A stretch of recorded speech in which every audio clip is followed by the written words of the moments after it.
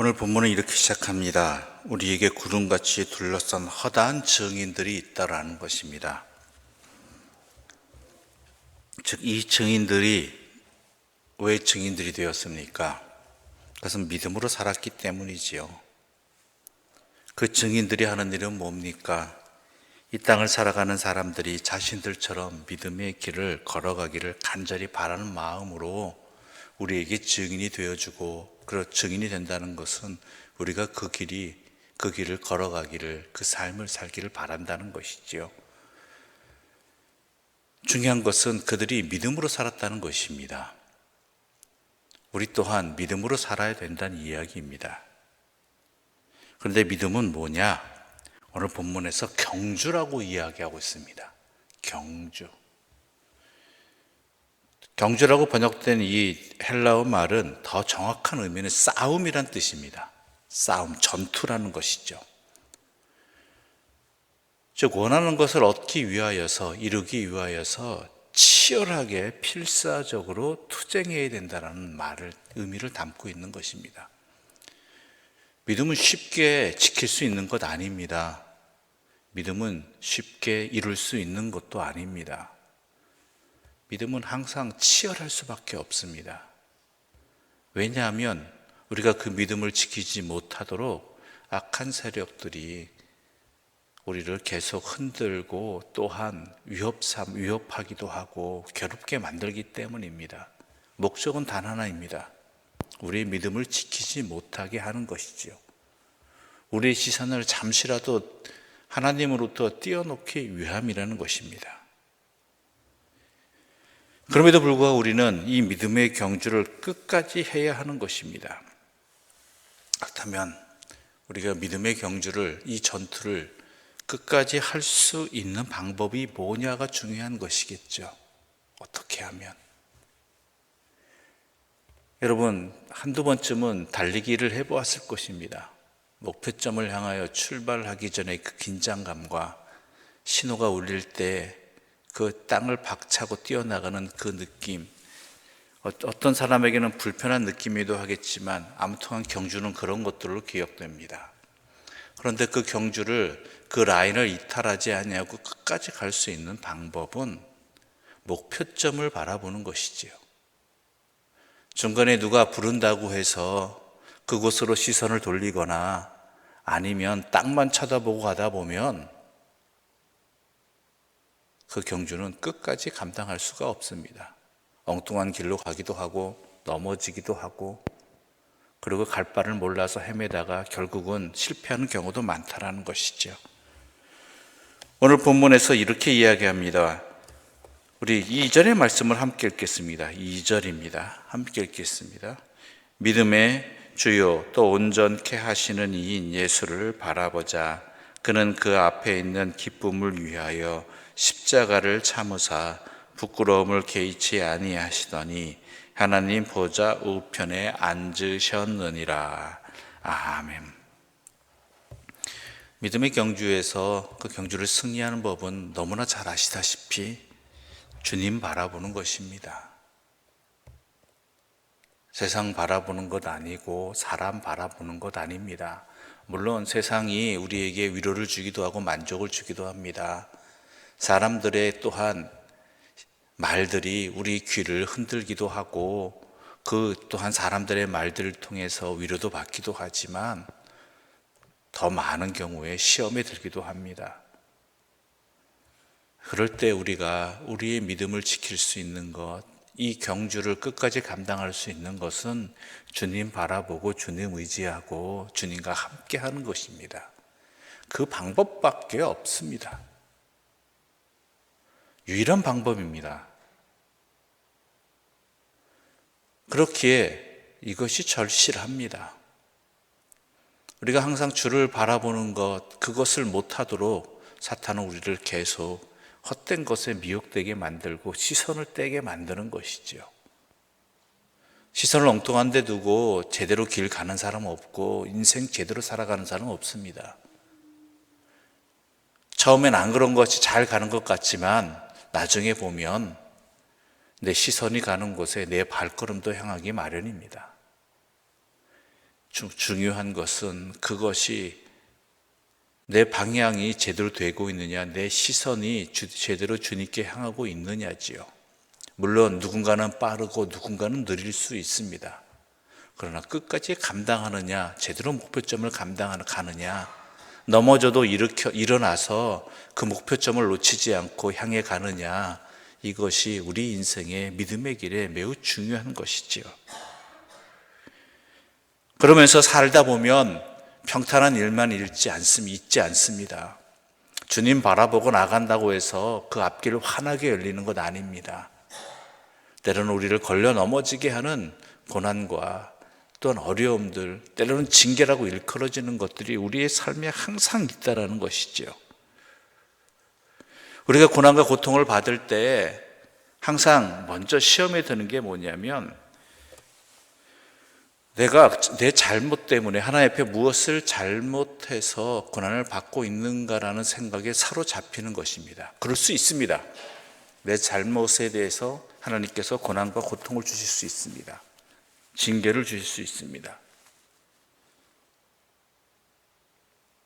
주님께서 원하시는 삶을 살다가 고통받는다면 그것은 사탄의 방해이지만, 만약에 잘못된 길을 가다가 우리에게 징계가 오고 고통이 온다면 분명히 아십시오. 그것은 우리를 돌이키시기 위한 하나님의 유익함이라는 것입니다. 우리를 깨닫게 해주시는. 그러면 옳은 일을 하다가 고난을 받고 징계를 받으면 그건 또 무슨 의미인가? 그것은 감사할 일이지요. 그 고난의 인내로서 감당해야 되면 우리에게 상급이 약속되어 있기 때문입니다. 그러나 어긋나서 잘못 행해서 우리에게 인생의 고난이 있다면 그것에 슬퍼하기 이전에 먼저 우리에게 이 고난을 주시는 하나님의 뜻을 헤아릴 줄 알아야 된다는 것이 오늘 히브리서의 말씀인 것입니다. 오늘 본문은 잘못을 인해 징계를 받을지라도 그 징계가 유익하다라고 말하고 있습니다. 그 이유가 첫 번째로 자녀를 사랑하는 아버지의 사랑이기 때문입니다. 우리 8절 말씀 함께 읽겠습니다. 8절입니다. 함께 읽겠습니다. 징계는 다 받는 것이거늘 너희에게 없으면 사생자여 친아들이 아니라. 또 6절의 말씀 함께 읽겠습니다. 6절입니다. 주께서 그 사랑하시는 자를 징계하시고 그가 받아들이시는 자들마다 채찍질 하심이라 하였으니. 바로 이것이죠. 자녀를 사랑하는 아버지의 사랑이 바로 징계로, 어긋난 길을 가는 자녀를 놔두고 그냥 내버려 두는 부모가 어디 있겠습니까? 처음엔 안타까이 지켜볼 수도 있겠죠. 곧 돌아오겠지. 근데 안 돌아오면 어떻게 돼요? 채찍질 하는 것이고 꾸지람하는 것이고 돌아오게끔 하는 것이죠. 그 안에는 내가 너를 향한 사랑을 놓지 않았다, 네가 어긋나는 길을 간다 할지라도 나는 너와 항상 함께 한다라는 그러한 하나님의 사랑이 이 안에 담겨 있는 것입니다. 또한 두 번째로 이러한 뜻이 있습니다. 10절과 11절 함께 읽겠습니다. 10절과 11절입니다. 그들은 잠시 자기의 뜻대로 우리를 징계하였거니와 오직 하나님은 우리의 유익을 위하여 그의 거룩하심에 참여하게 하시니라. 무릇 징계가 당시에는 즐거워 보이지 않고 슬퍼 보이나 후에 그로 말미암아 연단받은 자들은 의와 평강의 열매를 맺느니라. 아멘. 징계가 당시에는 즐거워 보이지 않고 슬퍼 보이지만 후에 그로 말미암아 연단받은 자들은, 하나님의 징계로 말미암아 연단받은 자들은 의와 평강의 열매를 맺게 된다라는 것입니다. 이 믿음이 우리에게 확실히 있어야 됩니다. 이것이 하나님의 뜻이고 또한 하나님의 사랑입니다. 오늘 본문에서 또한 이야기합니다. 우리가 믿음 지켜나가는 자들이 되어야 되는 이유는 우리에게 허락하신 하나님의 은혜가 항상 있기 때문입니다. 그런데 문제는 뭐냐면 그 은혜에 응답하지 아니하는 자, 거절하는 자들이 항상 있다라는 것이죠. 이것을 이끌어서 히브리서 기자는 하나님의 은혜에 이르지 못하는 자라고 이야기합니다. 우리 15절과 16절 함께 읽어보겠습니다. 15절과 16절입니다. 너희는 하나님의 은혜에 이르지 못하는 자가 없도록 하고 또 쓴뿌리가 나서 괴롭게 하여 많은 사람이 이로 말미암아 더럽게 되지 않게 하며 음행하는 자와 혹 한 그릇 음식을 위하여 장자의 명분을 판 에서와 같이 망령된 자가 없도록 살피라. 하나님의 은혜에 이르지 못하는 자, 이것은 하나님의 은혜를 거절하거나 가볍게 여김으로 말미암아서 하나님의 은혜로부터 멀어지는 사람이 있다라는 것이죠. 대표적인 예가 누구입니까? 에서이잖아요. 그에게는 장자의 명분의 은혜가 허락되었습니다. 그런데 그것을 무엇 때문에 팔아버리죠? 배고픔 때문에 한 그릇 팥죽에 장자의 명분을 가벼이 여겨서 팔아버린다는 것이죠. 근데 이걸 에서를 뭐라고 할 게 아닙니다. 우리도 그렇습니다. 매 순간 그런 경우가 너무 많아요. 우리에게 하나님의 은혜가 얼마나 풍성하고 또한 항상 함께 하시는데 현실의 아픔 때문에, 두려움 때문에, 배고픔 때문에, 근심 때문에 그것을 가볍게 여기고 하나님의 뜻에 합당하지 않은 선택과 삶을 사는 순간들이 얼마나 많냐라는 것이죠.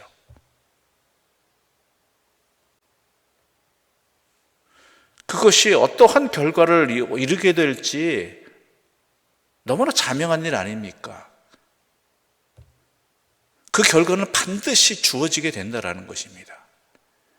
에서가 결국은 그 장자의 명분을 판 것이 그때는 잠깐의 기억에 사라져버린 그 배고픔에 잊혀져버린 그러한 거래였을지 모르겠지만 결국 그의 운명을 결정짓지 않았습니까? 그의 자손의 운명을 결정짓지 않았습니까? 아버지 아브라함 앞에서 나에게 축복을 해달라고 그렇게 간청했지만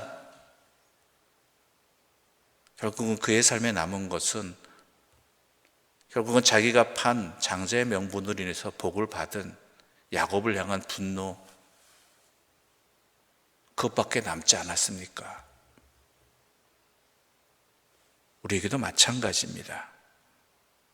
하나님의 은혜에 이르지 못하는 것은 우리의 인생을 이렇게 바꿔버립니다. 잠깐의 배고픔이나 어려움 때문에 하나님의 은혜를 잊었다고 생각할 수 있겠지만 그것은 우리에게 엄청난 결과를 가져오게 된다는 것이지요.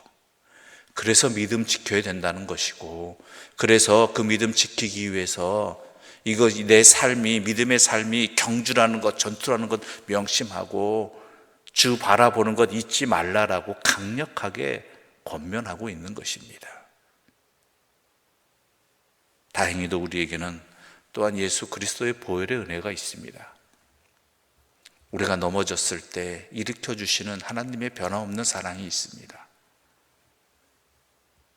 그럴 때 에서와 같은 결론을 맞이한다 할지라도 그때라도 늦지 않고 망설이지 아니하고 두려워하지 않고 분노하지 아니하고 하나님의 길로 돌이킬 수 있다라면, 물론 더 이상 돌이킬 수 없는 때가 오겠지만 그 이전에는 우리가 돌이키면 예수 그리스도의 보혈의 은혜로 말미암아 용서를 받고 또한 하나님의 은혜로 회복을 얻을 수 있는 기회가 있습니다. 그런데 인간의 어리석음은 그것마저도 놓칠 확률이 많다는 게 참 답답한 일이지요. 여러분, 가장 좋은 것은 믿음 잃지 않는 것입니다. 믿음 지키는 것입니다. 그 어떤 고난이 다가와도, 그 어떤 유혹이 다가와도, 어려움이 다가와도 주님 바라보면서 감당해 나가는 것, 이것이 우리에게 가장 좋은 길이고 가장 빠른 길이고 가장 합당한 길입니다. 그 믿음 지키며 살아가는 우리 하나님의 백성들, 이 새벽에 주의 말씀을 들은, 주의 지혜와 깨달음을 들은 주의 사람들 되시기를 간절히 소망합니다. 기도드리겠습니다. 하나님 아버지 감사합니다. 우리에게 믿음을 허락해 주셔서 감사합니다.